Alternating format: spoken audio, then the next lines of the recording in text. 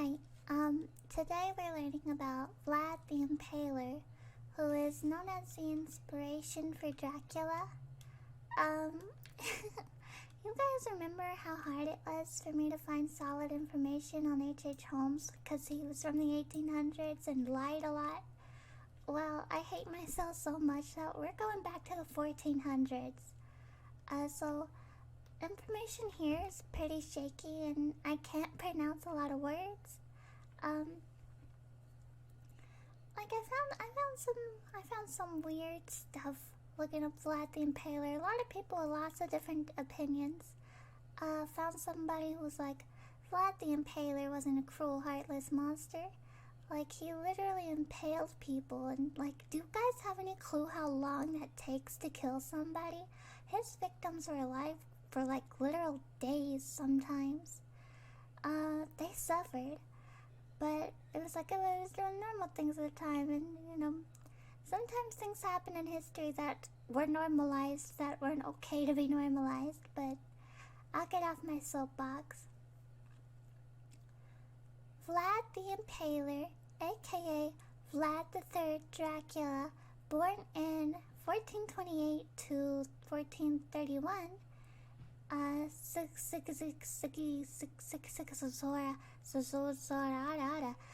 Transylvania. Vlad was the second of 4 brothers born into the noble family of Vlad II Dracul. Dracula is derived from Draco, meaning dragon, after his father's induction into the Order of the Dragon, created by the Holy Roman Emperor Sigismund for the defense of the Christian Europe against the Ottoman Empire. Vlad moved to Targovista, Wallachia in 1436.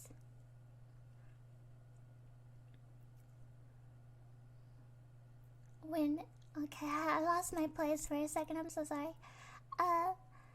When his father was assumed leadership of the Wallachian in 1442, Vlad and his younger brother were sent to the court of Ottoman Sultan Murad II as collateral to assure the Sultan that their father, in a reversal of his previous position, would support Ottoman policies. Vlad returned in 1448, having been informed of the assassination of his father and elder brothers by the hands of the Wallachian boyars, which is just another fancy word for nobles, by the year before.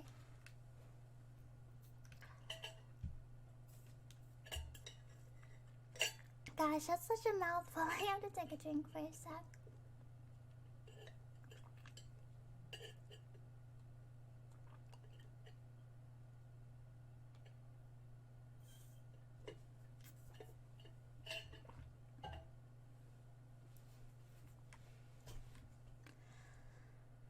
Okay, where was I?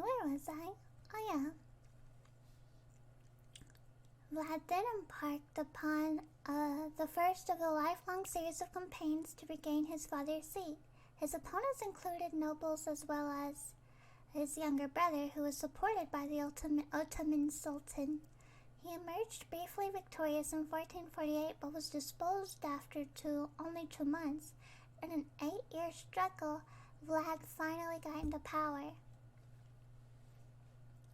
It was during his reign that he committed the atrocities which he's known for. His thing for impaling enemies on stakes in the ground and leaving them to die earned him the name Vladimir the Impaler. He inflicted all types of torture on foreign and domestic enemies alike. Notably, as he retreated from a battle in 1462, he left a field full of thousands of impaled victims as a deterrent to pursuing the Ottoman forces. That year, he escaped Ottoman capture only to be intercepted by Hungarian forces and imprisoned by Matthias I of Hungary, whose assistance he had sought. Vlad regained his seat in 1446, but was killed the same battle same year. He remained a folk hero in the region for his efforts against the Ottoman encroachment. Vlad III impaled more than 20,000 people, killing as many as 60,000 others during his reign.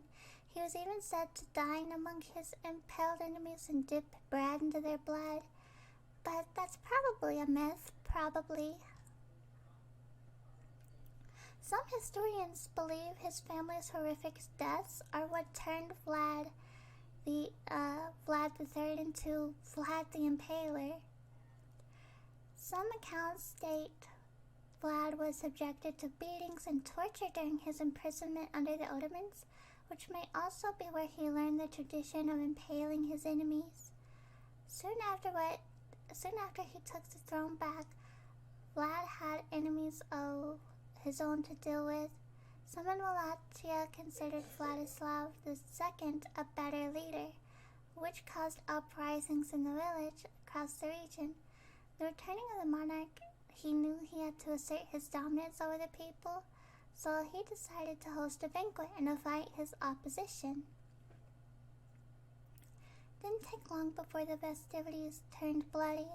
Vlad's guests were stabbed to death and were impaled on spikes.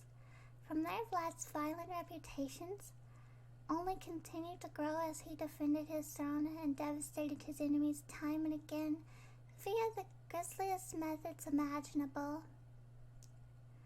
Vlad the Impaler was undeniably a brutal leader. Nevertheless, much of Christian Europe supported this strong, if macabre, defense of Wallachia from various incursions from the Ottoman forces. In fact, even Pope Pius II expressed admiration for the notoriously violent ruler's military feats. A threat to Europe was deemed a threat to Christianity, therefore the Pope. So of course he, did. Oh, okay.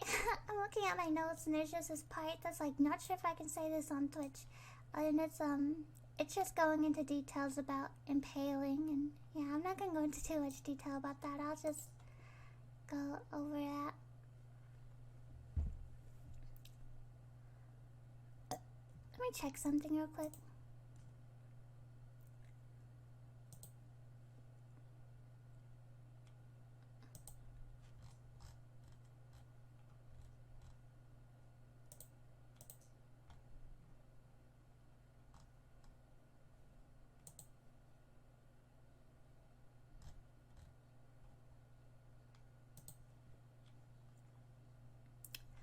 Okay.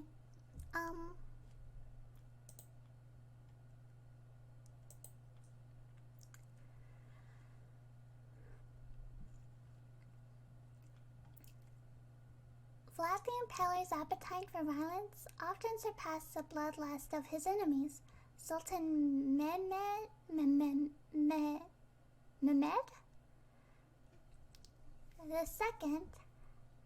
notorious for his own atrocities, was aghast after seeing the decaying corpses of about 23,000 of his own men lined up on stakes for miles when he invaded Wallachia in 1462. I did a quick look at his wiki, Sultan Mehmed, and just because I saw that he was known for his own atrocities, and I was like, okay, how bad is this guy that made that Vlad the Impaler made oh my gosh, let's get out of here. Okay, so Sultan Mehmed II improved this new type of cannon. It was called the Humbara. Today it's known as the howitzer, which is taken and aim shooting the target. When Mehmed was ascended to throne in 1451, he devoted himself to strengthening the Ottoman navy. I think that's what that's supposed to be. My notes can be kind of very typo-y, which doesn't help my inability to read. Mehmed erected an even stronger fortress. Having completed his fortresses, Mehmed proceeded to levy a toll on ships passing within the reach of their cannon. Of the Venetian vessel was sunk with a single shot. All the surviving sailors were beheaded except for the captain, who was impaled and mounted as a human scarecrow, warning the other sailors warning further sailors on the strait. Like, I think you guys get my point though. This man was pretty cold-blooded and he was shocked by Vlad's methods. I found this quote. I think it's by Mehmed. My notes aren't very... I would assume it is, because that's what... Because I don't know why I would put this in there if it wasn't. How can we despoil of his estates a man who is not afraid to defend it by such means as these? Decided that anyone that was willing to go such lengths to save his own kingdom deserved to keep it. The Ottoman fortresses retreated the next day. Yeah, that was a Sultan Mehmed quote, yeah. According to legend, to demonstrate how much of his subjects feared him, Vlad had a golden cup crafted and placed in the town square of his capital, Targoviste. The rule was that anybody could drink out of it, but it could never leave the square. An estimated 60,000 people, many of them quite poor, lived in this town. But during his reign, this cup was never stolen.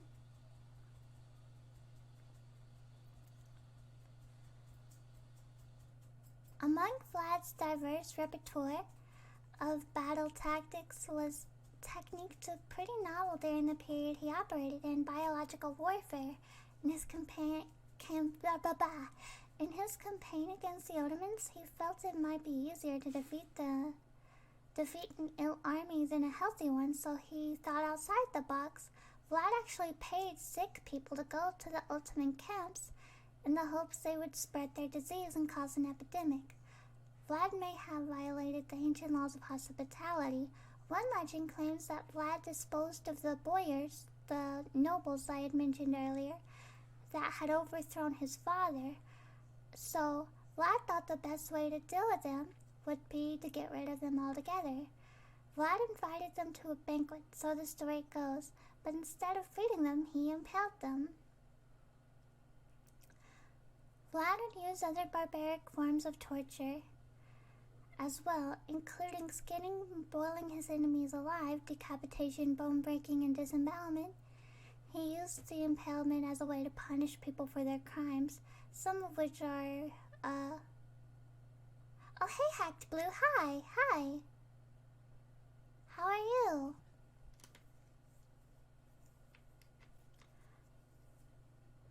But yeah, Vlad the Impaler was a pretty bad guy.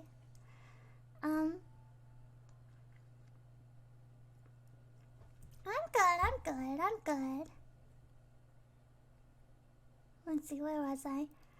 He also used impalement as a way to punish the crimes of baby killing and adultery, the last of which would require both lovers to be impaled together on the same stake. Impalement was meant to send two different messages: shocking the enemies in hopes of scaring them off, and degrading the victim for the atrocity of their crimes. Vlad's death in 1477, a letter sent by Stephen III of Moldova, I know how to read, Moldavia, confirmed the death of Vlad the Impaler and his retinue. They had been ambushed by the Ottoman Empire, who reportedly decapitated Vlad and sent his head to Sultan Mehmet II in lots of big words here, Constantinople, as a trophy. But here's the thing, who killed them? We don't know. Some people believe he was captured and decapitated by the Turks, and his head was eventually sent to Constantinople, where it was displayed on a stake. others believe someone on his side saw an opportunity to betray him in battle and did. His body was never found.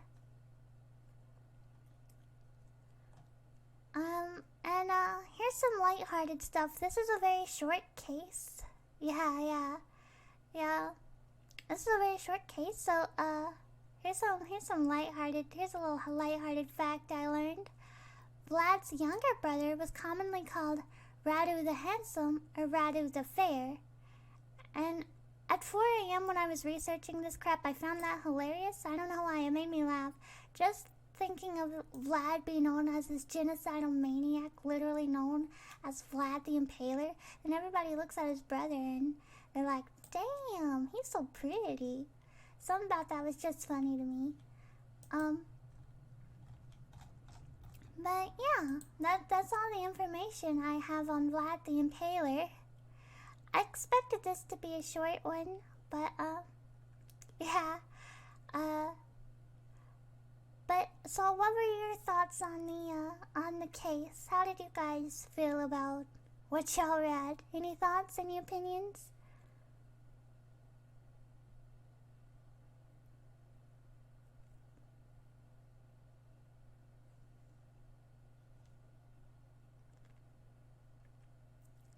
I liked it. Good. I'm not sure which case I'm gonna cover next. Might be something with the mafia. I've been very interested in the mafia lately, so we might look into some mafia stuff soon. Even though I joined late. I mean, heck, you're the only person who joined at all, so I'm glad. Usually there's more people in here and there's like more of a conversation. I don't know why, my streams have been pretty dead lately. But, thank you for stopping by. So, I'm glad you stopped by regardless. Yeah. I've only been streaming for like 20 minutes and it's already over. I knew it was gonna be shorter than the other ones, but usually there's like 3 or 4 people here and there's like chatter among us. So I was like, oh, I can stretch this to being maybe an hour. But alas, I couldn't. Thank you for stopping by at least. Thank you very much. Bye-bye.